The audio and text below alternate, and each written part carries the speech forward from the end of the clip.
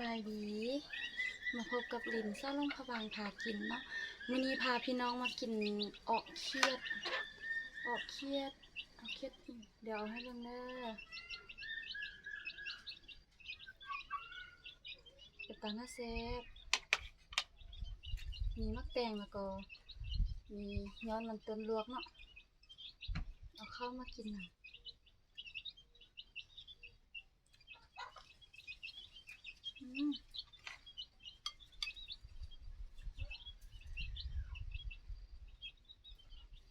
กำลังร้อนๆ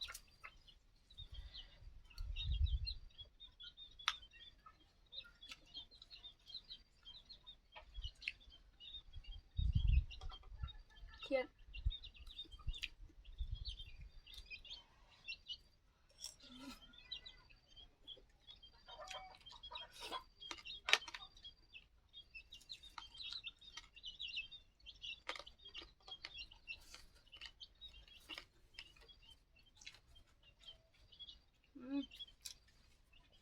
ติดกัน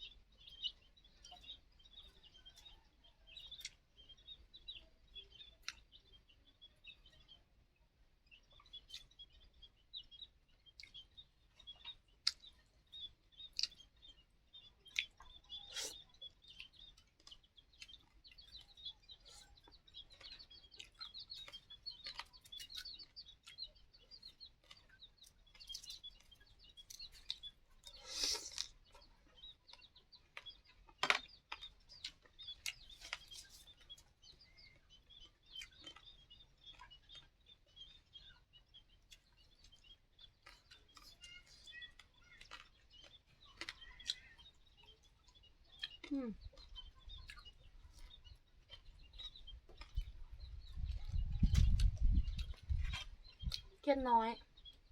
เครียดอ่อนกินหมดตัวได้เลยกินทั้งลูกมันเลยเนาะ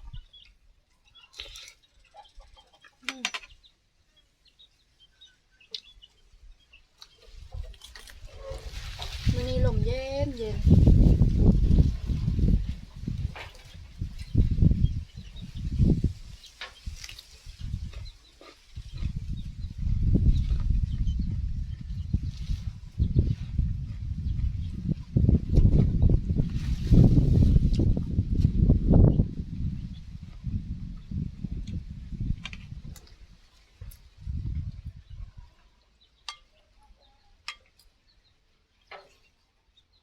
็คือออร่าเนาะแต่ว่าเฮาใส่แบบใส่เครียดใส่หยังจังซี่นะ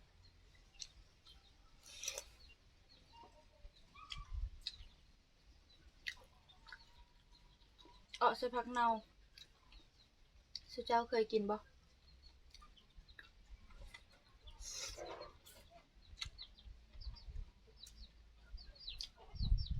แซ่บเด้ใส่ผักเน่า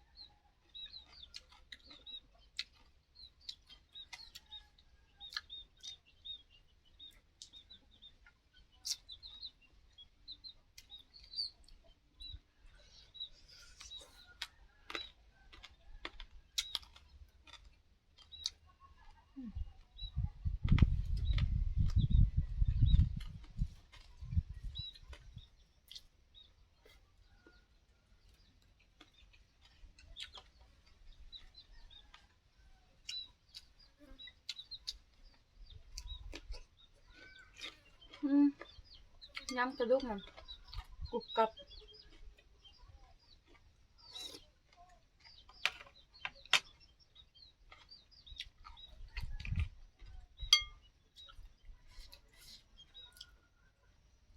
บ่ได้ลงคลิป2 มื้อเนาะบ่สบายหน่อยหนึง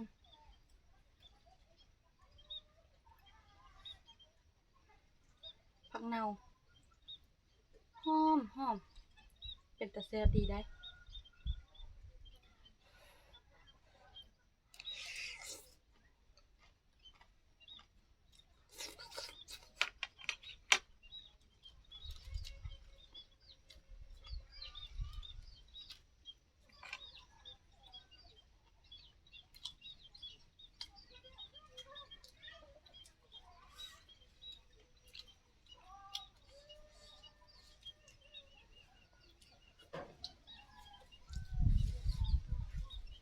เห็นบ่เนาะ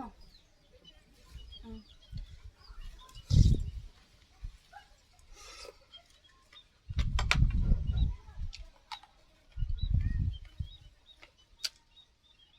ืม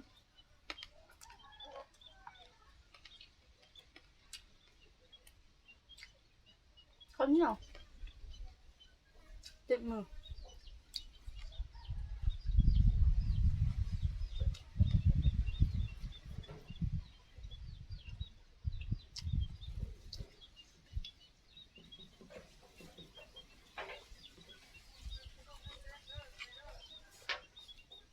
อืมมื้อนี้ลมเย็นเย็น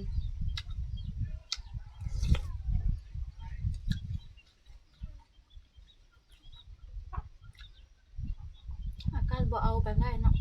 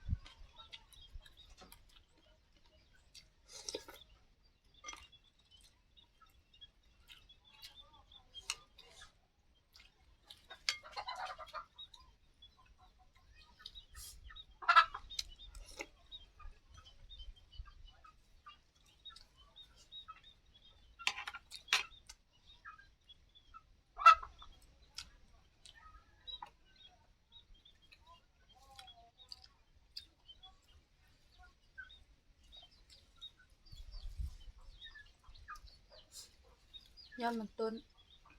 กับกับหมกแซ่บดี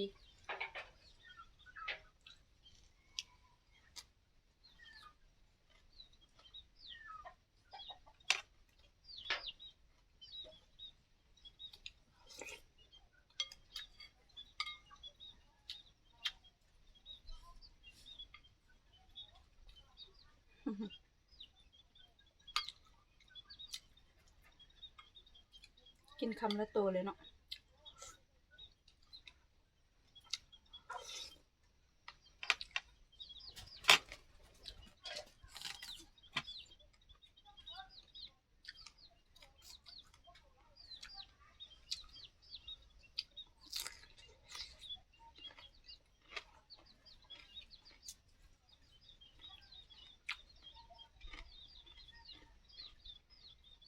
อืม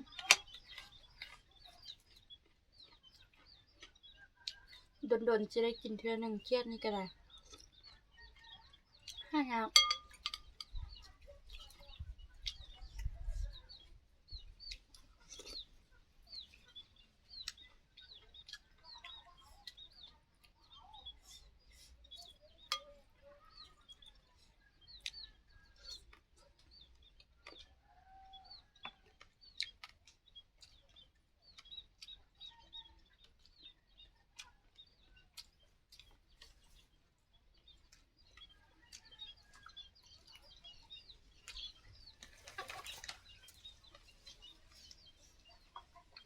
มันจะนอดน่าแซ่บ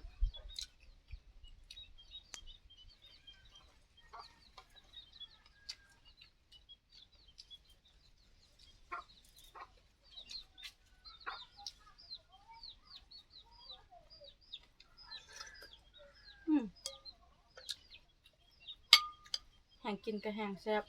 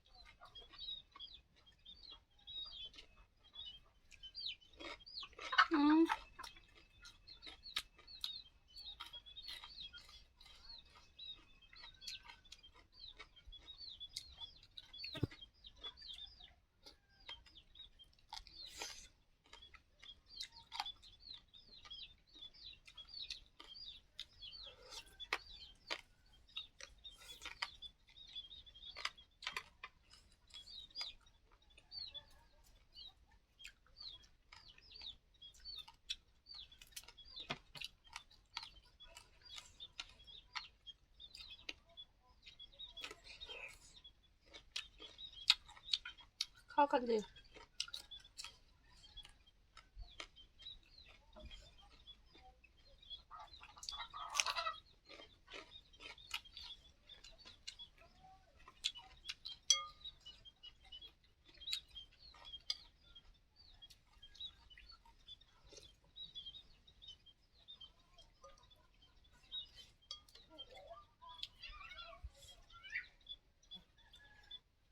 อิ่ม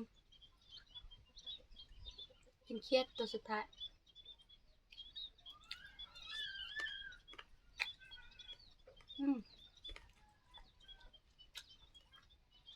ชดน้ำใส่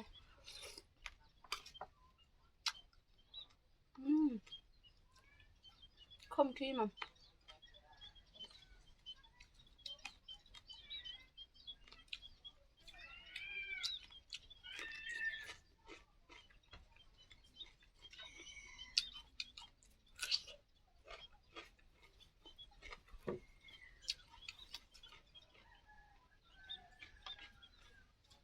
สำหรับคลิปนี้สิ่งใดที่บ่ดีหรือว่าบ่ถูกใจก็ขอโทษขออภัยหลายๆเนาะสุดท้ายนี้ก็ฝากกดไลค์กดแชร์กดติดตามให้เด้อสบายดี